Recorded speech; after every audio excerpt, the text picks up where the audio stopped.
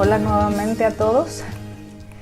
El día de hoy vamos a ver la lección número 54 de la serie Señor, enséñanos a orar, que tiene por título la pregunta: ¿gozarse al estar siendo probado? Y continuamos dentro del marco de la sexta petición del llamado Padre Nuestro, pero todavía hoy veremos detalles acerca de la tentación o prueba que Dios usa hacia los suyos para aprender a orar bíblicamente y para que en la siguiente lección que nos enfoquemos en la tentación mencionada en la sexta petición, podamos tener un entendimiento más claro y más amplio. Y hablando de prueba, estaba yo meditando en que creo que difícilmente existen personas a quienes les gustan los exámenes.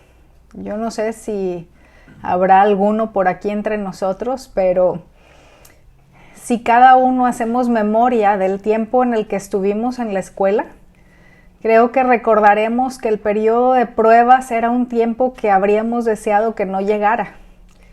Yo no pude, ¿sí? Por más que estuve ahí tratando de ubicar, de recordar a algún compañero que haya tenido a lo largo de los años de escuela a quien le gustara presentar exámenes.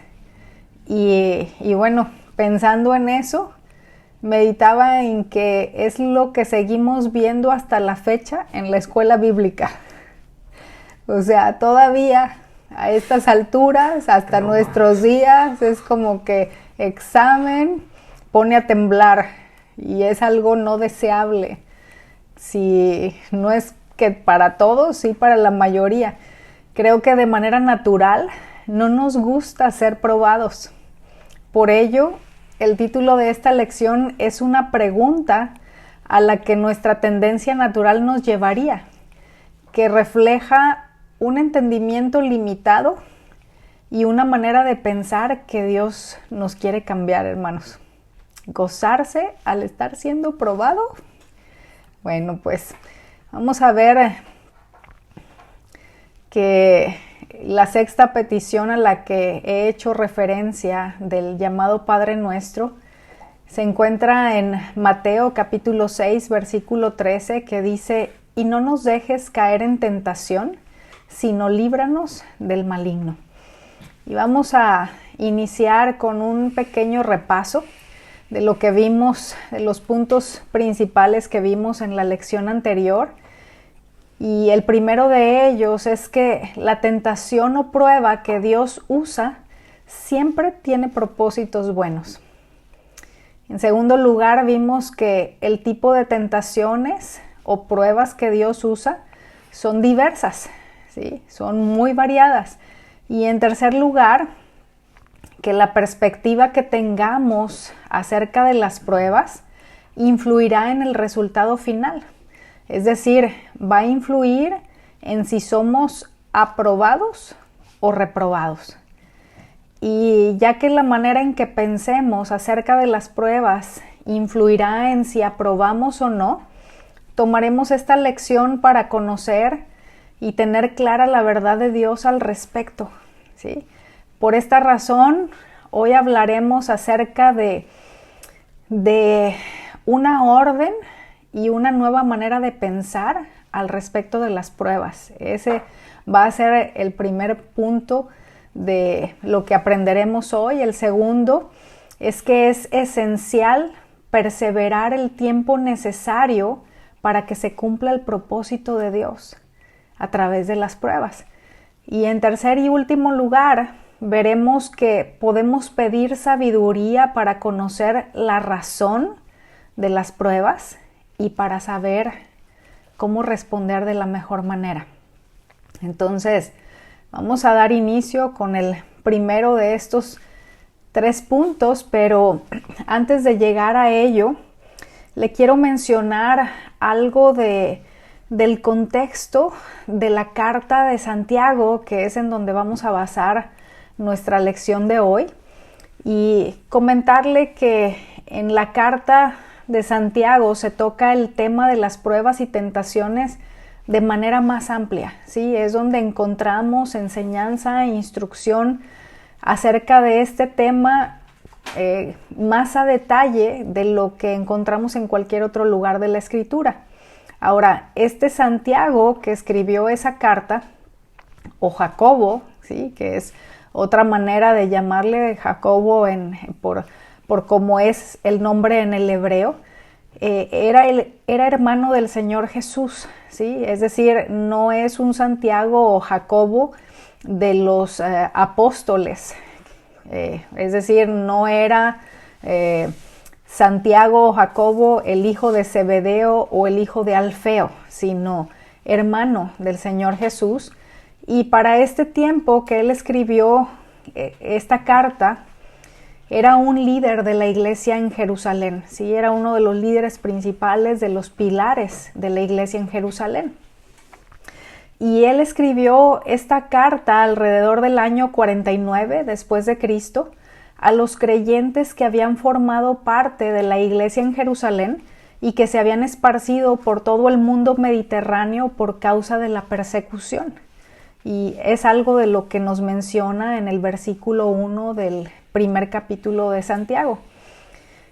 Estos creyentes que se habían esparcido habían tenido que dejar todo para irse a vivir a lugares desconocidos, con otro idioma, otra cultura, llevando consigo solo lo que hubieran podido poner en alguna maleta, experimentando que sus vidas estaban en riesgo entre muchas otras cosas que estaban viviendo como parte de ser perseguidos por causa de su fe. Así que, como se podrá imaginar, el tamaño y la cantidad de pruebas que estaban atravesando no eran cualquier cosa.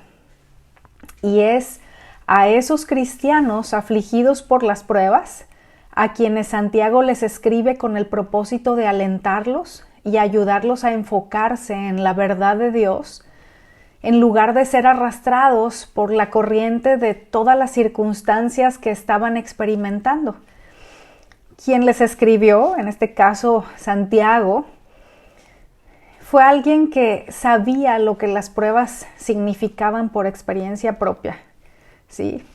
Fue alguien que experimentó esa persecución también y que se mantuvo firme sirviendo al Señor, sirviendo a los suyos ahí en Jerusalén, que era un lugar en donde estaban más complicadas las cosas.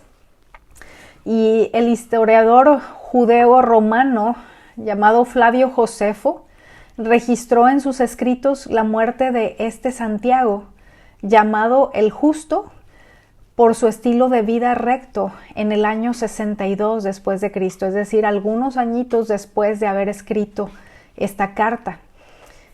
Su muerte se llevó a cabo por órdenes del sumo sacerdote Ananías, que era quien estaba en ese momento, y este Ananías lo mandó a ejecutar por apedreamiento.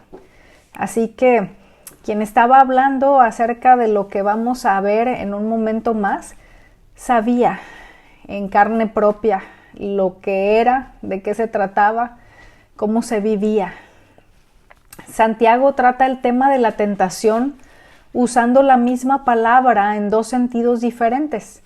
En los versículos del 2 al 12 del primer capítulo, habla de las tentaciones a las que un comentarista bíblico llama pruebas santas o problemas enviados por Dios. Y en este caso, ese primer tipo de tentaciones o pruebas se refiere a aquellas que prueban la realidad de nuestra fe y producen y establecen aquellas virtudes que nos llevan a ser más como Cristo. En los versículos del 13 al 17 del mismo capítulo 1, habla de las tentaciones impías que surgen de dentro y que conducen al pecado. Recuerde que hay tentaciones externas llevadas a cabo por Satanás y por el mundo, y las internas que se originan en nuestra propia carne. Entonces, pues es algo de lo que también trata aquí en esta carta y que ya veremos en la próxima lección con el favor de Dios.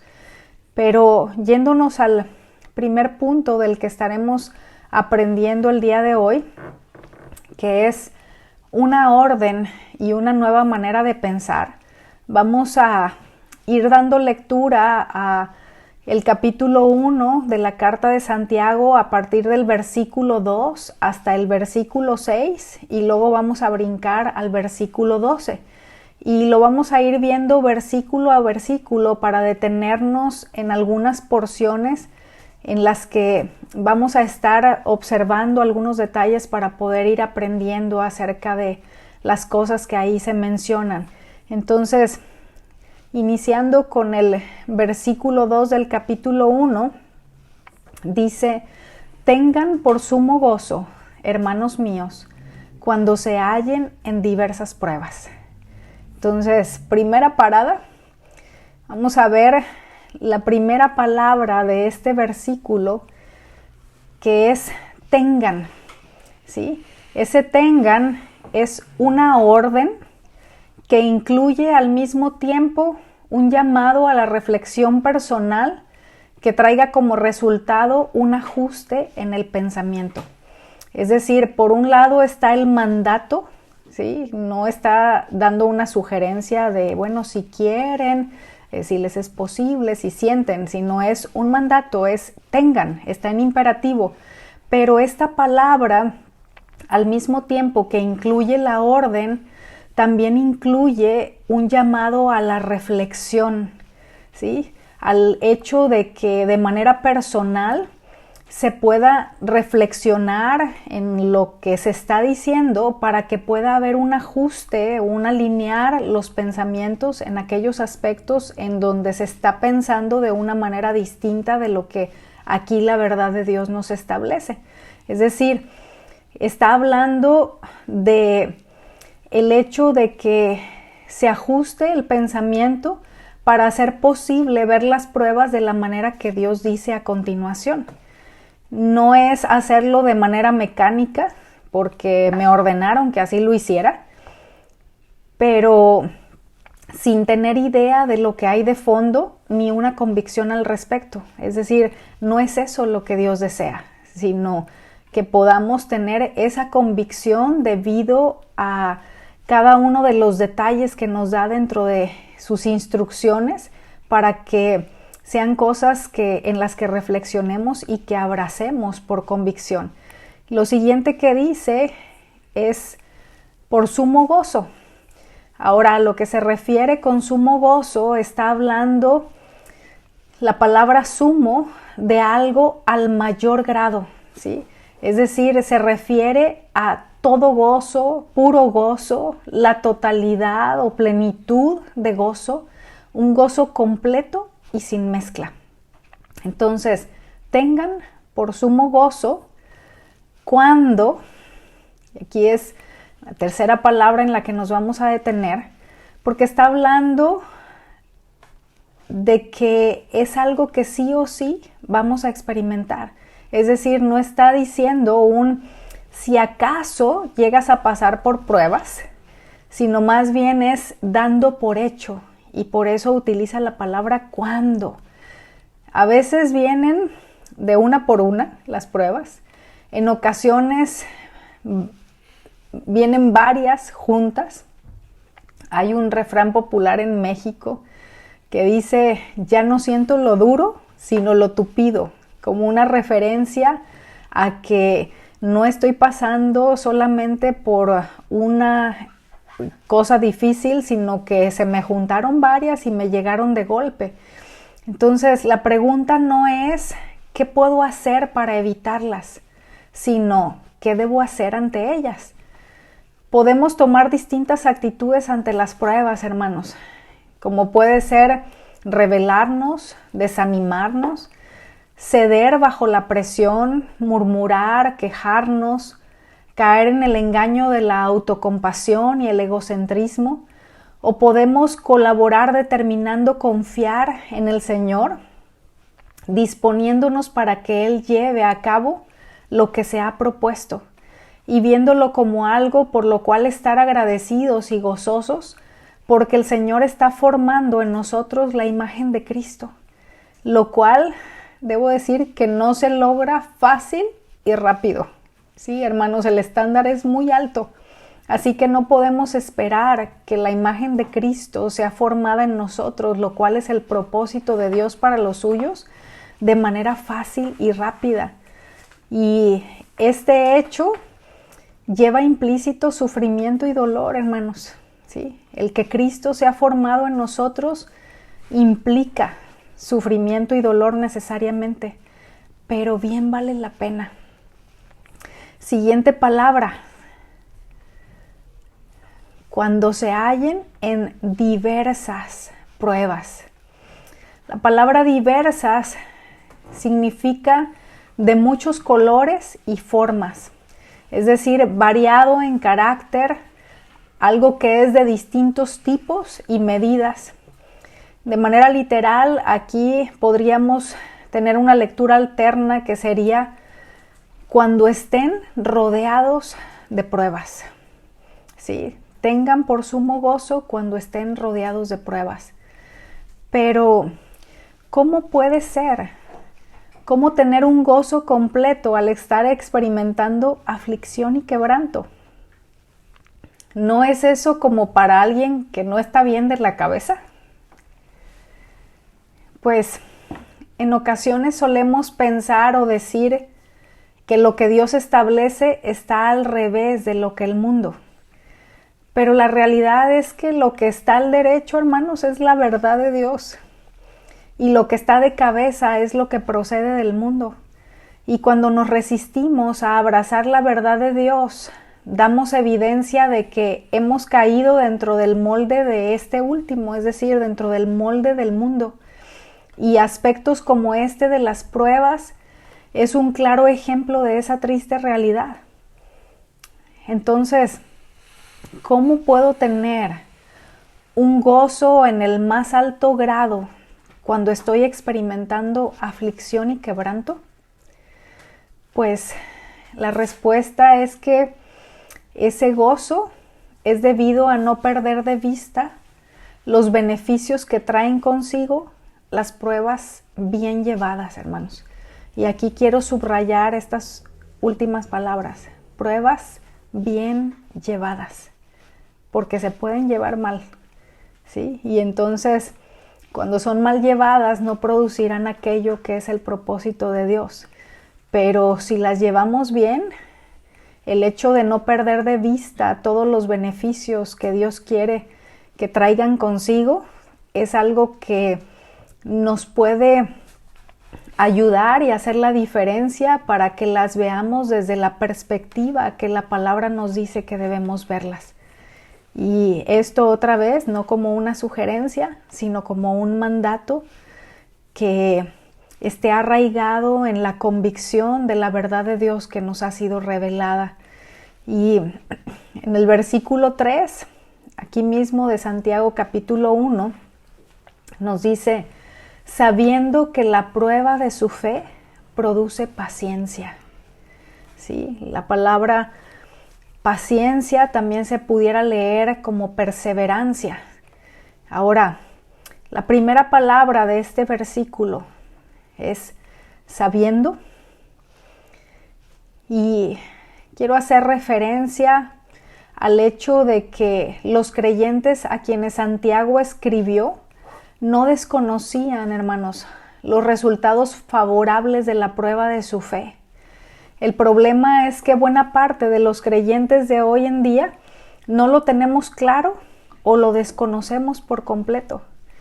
Y como resultado nos centramos en el conflicto y la aflicción que ocasionan las pruebas, en lugar de en el hecho de que éstas son el instrumento que Dios usa para manifestar la pureza y calidad de nuestra fe y para desarrollar y establecer en nosotros las virtudes de Cristo. Continúa diciendo el versículo, que la prueba de su fe, ¿sí? Aquí en este caso, Santiago presenta la fe como un metal precioso que está siendo probado para ver si es genuino. Así como el oro se purifica al exponerlo al fuego para derretirlo y que las impurezas y otros metales que están contenidos en él vayan a la superficie para poder ser retirados. El fuego de la prueba purifica nuestra fe, haciendo que salten a la superficie aquellas cosas que es necesario remover, ¿sí? Es decir, aquello de lo que necesitamos arrepentirnos. Pero no es hasta que el fuego de la prueba expone, hace evidente esas cosas que necesitan ser retiradas que podemos darnos cuenta de ello. En Salmos, en el Salmo 11, versículo 5, la Escritura enseña que el Señor prueba tanto al justo como al impío. Es decir, tanto creyentes como incrédulos, hermanos, pasamos por tiempos de aflicción, y estará de acuerdo conmigo en la realidad de que no somos solamente aquellos que hemos sido adoptados como hijos de Dios los que somos pasados por prueba, porque la Escritura nos enseña que Dios prueba también a aquellos que no le conocen. En nuestro caso, como creyentes, lo que Dios examina es nuestra fe. Y como ya hemos visto, sus propósitos para hacerlo son siempre buenos, muy buenos. Y en la actualidad se usan químicos para purificar los metales, algo que no ocurría en tiempos pasados. Pero aquellos que antaño trabajaban en el afinaje del oro, sabían que la intensidad del fuego a la que era necesario someterlo dependía de la medida de pureza que buscaran conseguir en él. La manera en que sabían que había alcanzado su máximo grado de pureza era cuando el afinador podía ver reflejada su imagen en la superficie. ¿Sí? Ese oro era derretido, subían a la superficie las impurezas y a mayor fuego, mayor purificación. En el momento en el que era retirado por completo todo aquello que ensuciaba el oro y que su calidad era de extrema pureza, la imagen del afinador se podía ver en su superficie. Y nuestro Padre Celestial, hermanos, tiene como propósito formar la imagen de su Hijo en cada creyente. Por ello nos somete a los fuegos de la persecución, enfermedad, padecimiento o dolor, entre otros. En Primera de Pedro, capítulo 1, el versículo 7 nos dice: estas pruebas demostrarán que su fe es auténtica. Está siendo probada de la misma manera que el fuego prueba y purifica el oro. Aunque la fe de ustedes es mucho más preciosa que el mismo oro, entonces su fe, al permanecer firme en tantas pruebas, les traerá mucha alabanza, gloria y honra en el día que Jesucristo sea revelado a todo el mundo. Y en Job, en el capítulo 23, versículo 10, él dijo: pero él sabe el camino que tomo. Cuando me haya probado, saldré como el oro. Entonces, es una manera en la que Dios lleva a cabo ese proceso para hacer nuestra fe cada vez más sólida, más pura, más profunda, más grande. Y continúa ahí dentro de este mismo versículo diciendo: sabiendo que la prueba de su fe produce paciencia. La palabra produce está hablando de un elaborar, de un hacer completamente la paciencia. Y el resultado de la prueba es el incremento de la paciencia o perseverancia. ¿Sí? La palabra que se utiliza aquí en el original en griego para traducirse como paciencia indica la constancia bajo el peso de circunstancias adversas. Eso es la paciencia o perseverancia, la constancia bajo el peso de circunstancias adversas. En Romanos capítulo 5, a partir del versículo 3, dice el apóstol Pablo: y no solo esto, sino que también nos gloriamos en las tribulaciones, sabiendo que la tribulación, y aquí le digo qué es lo que significa la palabra tribulación, es presión, estrechez, aflicción y angustia. Así que sabiendo que la presión, estrechez, aflicción y angustia produce paciencia, y la paciencia, carácter probado, y el carácter probado, esperanza. Hay un exégeta que escribió lo siguiente: paciencia, en sentido bíblico, no es la virtud que reprime los movimientos desordenados de la ira, sino la espera paciente del auxilio y del premio divinos prometidos a los atribulados. Entonces, hermanos, la paciencia o perseverancia es lo que permite esperar la intervención de Dios en medio de las tribulaciones. Como dice el salmista en el Salmo 41, pacientemente esperé a Jehová y se inclinó a mí y oyó mi clamor. Pero es en esa paciencia, en ese esperar paciente,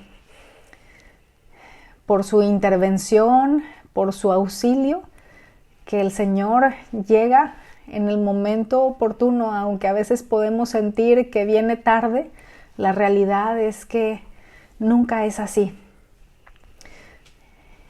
El segundo punto estaremos viendo el día de hoy es que es necesario perseverar el tiempo necesario.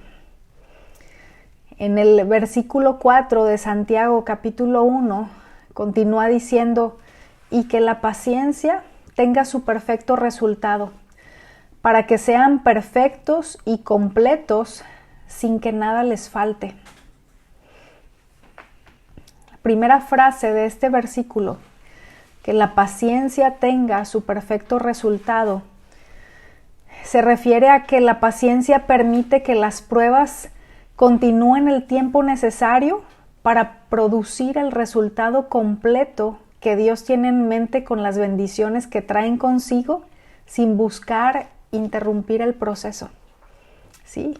Es decir, esa paciencia es una referencia al hecho de que no se busca interrumpir de alguna manera el proceso que Dios está llevando a cabo, sino que hay una espera paciente hasta que culmine ese proceso que Dios está llevando a cabo, hasta que tenga el resultado completado.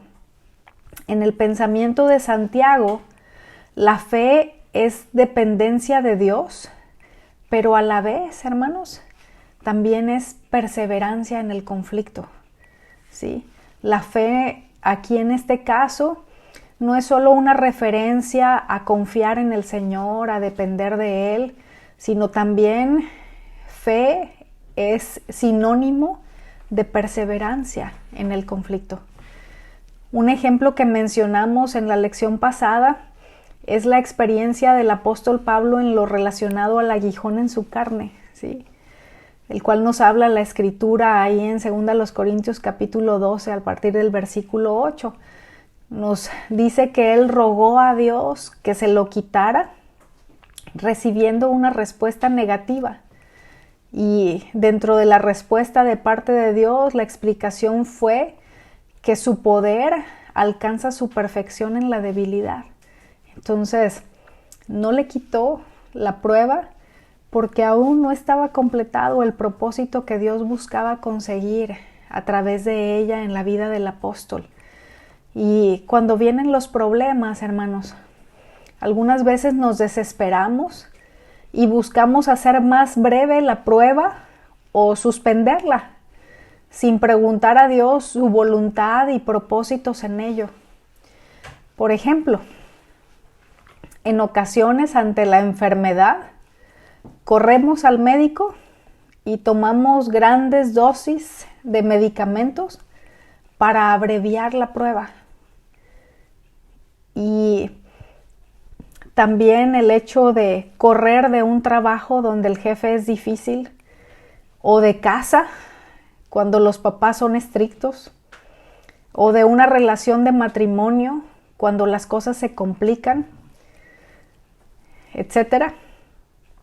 Es decir, un correr, correr, correr. Cuando actuamos así, podríamos estar estorbando el programa de Dios para nuestras vidas.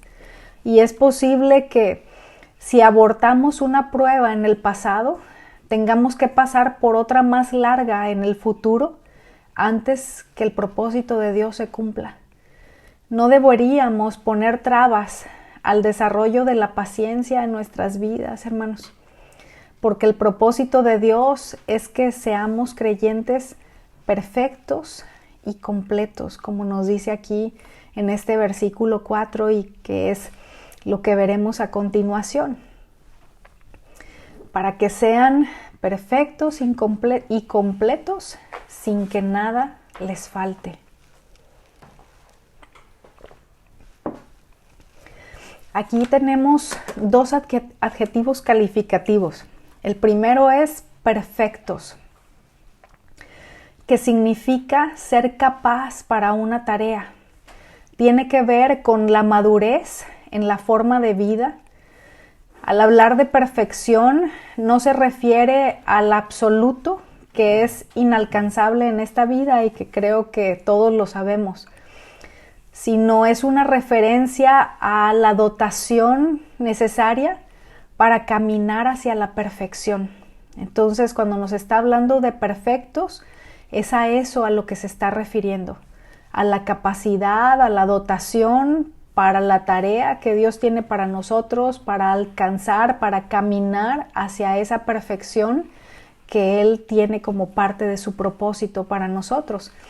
El segundo adjetivo es la palabra completos o cabales, dependiendo de la versión, que tiene que ver con lo que está plenamente completo, es decir, aquello que está ajustado a peso o medida, lo que es excelente en su clase.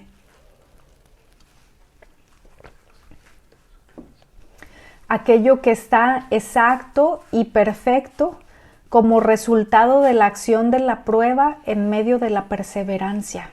¿Sí? Resultado de la acción de la prueba en medio de la perseverancia. Recuerde, el punto este es perseverar el tiempo necesario. Al cristiano ejercitado en la paciencia, no le falta nada de aquello que lleva a la madurez espiritual.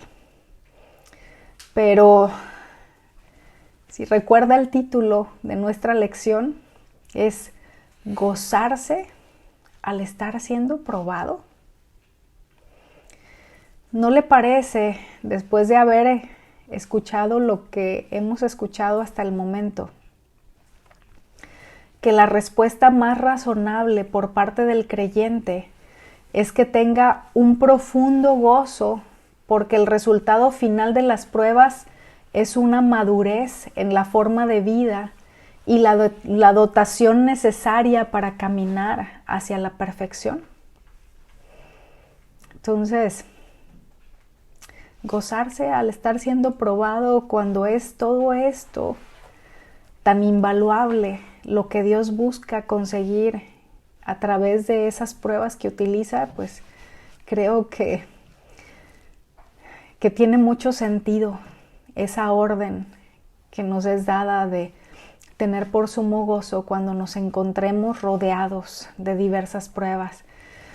Sin perder de vista, hermanos, que no solo la prueba es una provisión de Dios, sino también los recursos necesarios para poder perseverar en ella. Es decir, Dios sabe lo que cada uno necesitamos, en qué momento. Entonces, la prueba acorde para cada uno nos viene por parte de Dios. Pero no es solo la prueba, sino también cada uno de los recursos necesarios para que podamos perseverar hasta que se complete aquello que Dios busca conseguir como parte de sus propósitos, también viene de Él. Entonces, que el entendimiento de la verdad de Dios nos lleve a tener una buena actitud debe ser no solo hacia las pruebas temporales, hermanos, sino también hacia aquellas que Dios no va a quitarnos. Porque hay algunas pruebas que Dios envía, que Dios pone por un cierto tiempo, pero hay otras que son permanentes. Y como ejemplo de esto, le quiero compartir acerca de una partecita del testimonio de una hermana conocida como Fanny Crosby. No sé cuántos de ustedes hayan escuchado acerca de ella. Yo les sugiero que busque información para poder conocer más acerca de el testimonio de lo que Dios hizo en su vida. Y yo solamente le voy a compartir una partecita por causa del tiempo. Fanny Crosby nació el 24 de marzo de 1820 en el seno de una familia cristiana humilde. Quedó ciega a raíz de una mala prescripción médica para tratarle un resfriado cuando tenía 6 semanas de edad. Pero la familia de Fanny vio la pérdida como un acto de providencia divina. Su madre, Mercy Crosby, le enseñó: a veces la providencia priva a las personas de alguna facultad física para que el entendimiento espiritual pueda ser despertado a plenitud. Un año más tarde, su padre cayó enfermo y murió. Después de la muerte de su padre, su abuela paterna se fue a vivir con ellas para ayudar con el cuidado de la pequeña en lo que su mamá trabajaba para sostenerlas.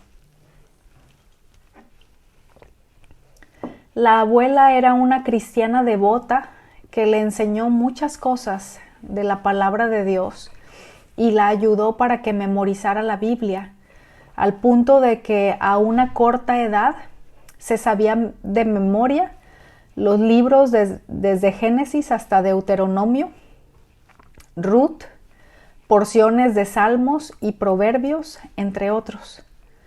Cuando cumplió 8 años, consideró como deseo de cumpleaños pedir a Dios que le devolviera la vista.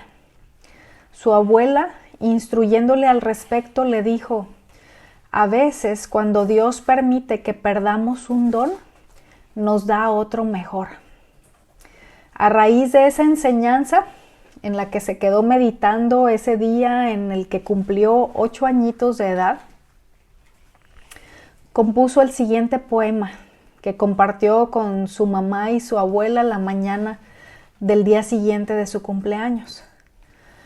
Cuánta dicha hay en mi alma aún privada de visión. He decidido que en la vida siempre sentiré satisfacción. De cuántas bendiciones gozo que no tienen los demás. De mi ceguera lamentarme no puedo y no lo haré jamás. Los 8 añitos.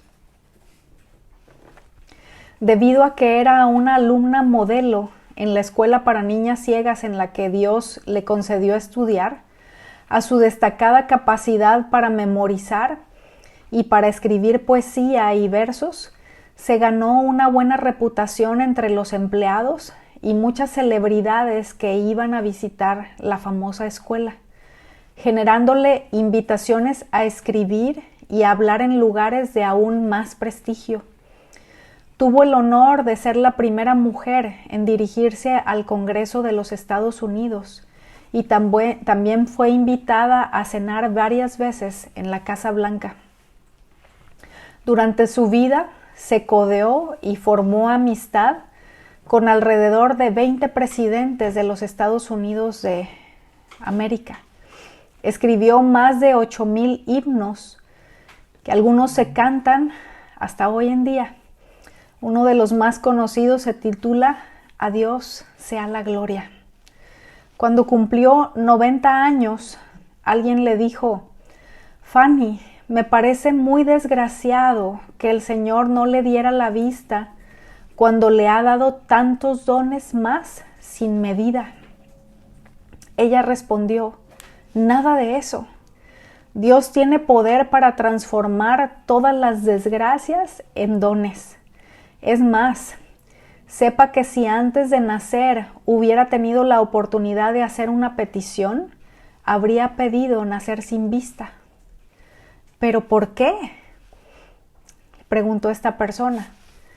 Porque cuando llegue al cielo, el primer rostro que me alegrará la vista en mi vida será el de Jesús, mi Salvador. Hermanos, la paz viene con la sumisión a la voluntad de Dios. Cuando nos rebelamos, cuando resistimos, cuando renegamos, nos quejamos, murmuramos, etc., no habrá paz en nuestros corazones, porque esa paz que el mundo no puede dar, esa paz que solamente puede venir de Él, viene junto con la sumisión, junto con el ser mansos a la voluntad suya. Y algunos problemas de la vida son quitados cuando hemos aprendido nuestras lecciones de ellos. Tan pronto como el afinador ve su imagen en el metal fundido, lo aparta del fuego. Pero otros problemas seguirán ahí el resto de nuestra vida sobre la tierra. ¿Y qué diferencia hace el hecho de que perseveremos el tiempo necesario para que los propósitos de Dios se cumplan? Como tercer y último punto, veremos que el Señor nos habla de sabiduría para conocer la razón en el versículo 5 de Santiago capítulo 1. Que dice: y si a alguno de ustedes le falta sabiduría, que se la pida a Dios, quien da a todos abundantemente y sin reproche, y le será dada. Así que, primeramente vamos a ver esta frase que dice: si a alguno de ustedes le falta sabiduría. La mayoría de nosotros carece de sabiduría para ver las presiones de la vida desde la perspectiva de Dios. Sí, muchas veces nos vamos con la tendencia natural que solemos tener y vemos esas experiencias desde una perspectiva terrenal muy corta, totalmente carente de sabiduría y lejos de la perspectiva de Dios. Hemos escuchado a lo largo de los años y quizás hasta dicho que a Dios no debemos preguntar el por qué de las pruebas, sino el para qué. Es decir, que no debemos preguntar a Dios la razón de las pruebas, sino el propósito que éstas tienen. Pero la instrucción que recibimos de Dios mismo, hermanos, en esta porción de la Escritura, es que si nos falta sabiduría para entender la razón de las pruebas y para saber responder de la mejor manera, se la pidamos a Él y que no recibiremos ningún reproche suyo por haberlo hecho, sino la provisión de esa sabiduría que nos hace falta. No tenemos que hacer frente a los problemas de la vida con nuestra propia sabiduría. La sabiduría espiritual es la aplicación práctica de las enseñanzas de nuestro Señor a las situaciones diarias y se obtiene pidiéndola a Dios en oración. Está a disposición de todos los creyentes Y Él ha prometido que nos la dará abundantemente y sin reproche, solo que tiene una condición, ¿sí? Esa condición única es que la pidamos con fe, sin dudar. Versículo 6 nos dice, pero que pida con fe, sin dudar, porque el que duda es semejante a la ola del mar, impulsada por el viento y echada de una parte a otra. El orar, pidiendo sabiduría de manera persistente hasta que se reciba la respuesta, es un mandato, hermanos. Otra vez, no es una sugerencia, sino una orden, ¿sí? Pida con fe, está en imperativo, ¿sí? Pida sabiduría, está en imperativo. La sabiduría para entender la prueba es un regalo que solo Dios puede dar. La fe de la que habla aquí no se refiere a tener información de la capacidad que Dios tiene para responder la petición, sino de una confianza total en su fidelidad y una dependencia de Él. Quien ora con fe no deja lugar a ningún tipo de duda. Hermanos, la duda es una ofensa a Dios. Así que quien ofende a Dios con su duda no puede esperar recibir cosa alguna del Señor, que es lo que nos dice el siguiente versículo. Si la fe es como las manos que reciben lo que se le ha pedido a Dios, la duda es aquello que detiene a Dios de darnos de sus recursos. Vamos a ir ahora al versículo 12, aquí mismo de Santiago 1, que nos dice, bienaventurado el hombre que persevera bajo la prueba, porque una vez que ha sido aprobado, recibirá la corona de vida que el Señor ha prometido a los que lo aman. Aquí, corona de vida no se refiere a salvación, hermanos, ¿sí? Sino a una corona que expresa el disfrute pleno de la vida en forma de recompensa, que comienza en la tierra y se extiende perpetuamente en el cielo, ¿sí? Esa vida que recibimos de Dios en el momento de creer y que Dios quiere que disfrutemos de manera plena, y que ese disfrute es una recompensa de parte de Dios para aquel que persevera bajo la prueba y que comienza en el momento en el que el Señor nos hace nacer de nuevo, que ponemos nuestra confianza en Cristo para salvación, pero que se extiende a la infinitud en el cielo. A partir del versículo 13, aquí mismo de Santiago 1, nos habla acerca de la tentación al mal, con lo que vamos a concluir la sexta petición en la próxima lección. Por lo pronto vamos a llegar hasta este versículo 12 solamente, en donde, como hemos visto, nos habla acerca de la prueba de nuestra fe. En conclusión, hermanos, hemos visto que el llamado de Dios a través de esta porción de la Escritura es una orden y una nueva manera de pensar. Es una orden acerca de algo que nos debe llevar a pensar de una manera que es acorde a la verdad de Dios. Para los entendidos, las pruebas deben ser motivo de gozo completo, ¿sí? Para aquellos que conocen lo que Dios dice, que lo han creído, que lo han abrazado, que no dudan de ello, las pruebas deben ser motivo de gozo.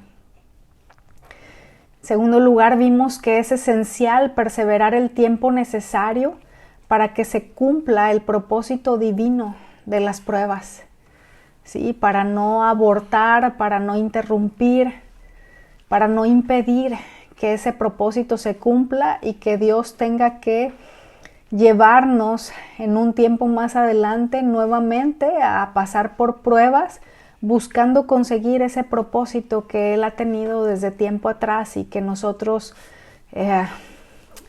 abortamos debido a que suspendimos ese proceso de estar siendo probados de una u otra manera. En tercer lugar, vimos que podemos pedir sabiduría para conocer la razón de las pruebas y para saber responder de manera que seamos aprobados. Que conocer la verdad eterna acerca de las pruebas y creerla nos ayuda a enfrentarlas de manera correcta. Y vamos a ver ya para terminar algunas preguntas para ubicar la condición en la que estamos y para llevarnos a tomar decisiones, porque es de lo que se trata, ¿sí? Siempre que Dios nos habla algo, busca que respondamos a esas iniciativas suyas. Entonces, las decisiones, los pasos que determinemos dar, son parte de esa respuesta a lo que el Señor nos enseña. Entonces, primera pregunta, ¿qué actitud he tenido en las ocasiones en que Dios ha probado mi fe? ¿Cuál ha sido el resultado de esos exámenes? ¿He abrazado la verdad de Dios lo suficiente como para tener por sumo gozo cuando me he encontrado siendo probado de diversas maneras al mismo tiempo debido a lo que Él producirá? Pues son varias preguntas que tienen como propósito llevarnos a reflexionar y a dar respuesta para ubicar en qué punto nos encontramos, cuál es nuestra condición en este momento, cómo reaccionamos ante las diversas pruebas que se nos presentan en nuestra vida, si nos quejamos amargamente contra los reveses de la vida o nos regocijamos y damos gracias al Señor por ellas, si publicamos nuestro sufrimiento para que otros se enteren de lo mucho que estamos siendo afligidos, o lo pasamos en quietud y silencio. Si vivimos en el futuro esperando que nuestras circunstancias mejoren, o vivimos en el presente tratando de ver la mano de Dios en todo lo que estemos experimentando. Si nos damos a la autocompasión y buscamos la simpatía de los demás, o sumergimos nuestro yo en una vida de aprendizaje y de servicio a otros. Y ya por último, en cuanto a decisiones a tomar, hermanos, con toda seguridad las pruebas que estamos pasando no se comparan con las que estaban experimentando los creyentes a quienes fue dirigida originalmente esta carta. El punto es, decido abrazar la instrucción de gozarme en las pruebas y echar mano de la provisión de Dios puesta a mi alcance para salir aprobado, o voy a seguir caminando de la manera que lo he hecho hasta el día de hoy. Es que el Señor nos ayude. Oremos. Señor, gracias por hacer lo necesario para purificar nuestra fe y para fortalecerla. Gracias por tu provisión de todo lo que necesitamos para poder tener una buena actitud en medio de las pruebas y para salir aprobados de ellas. Por favor, ayúdanos a abrazar tu verdad de ahora en adelante y a honrarte con nuestra confianza y dependencia. En Cristo Jesús. Amén.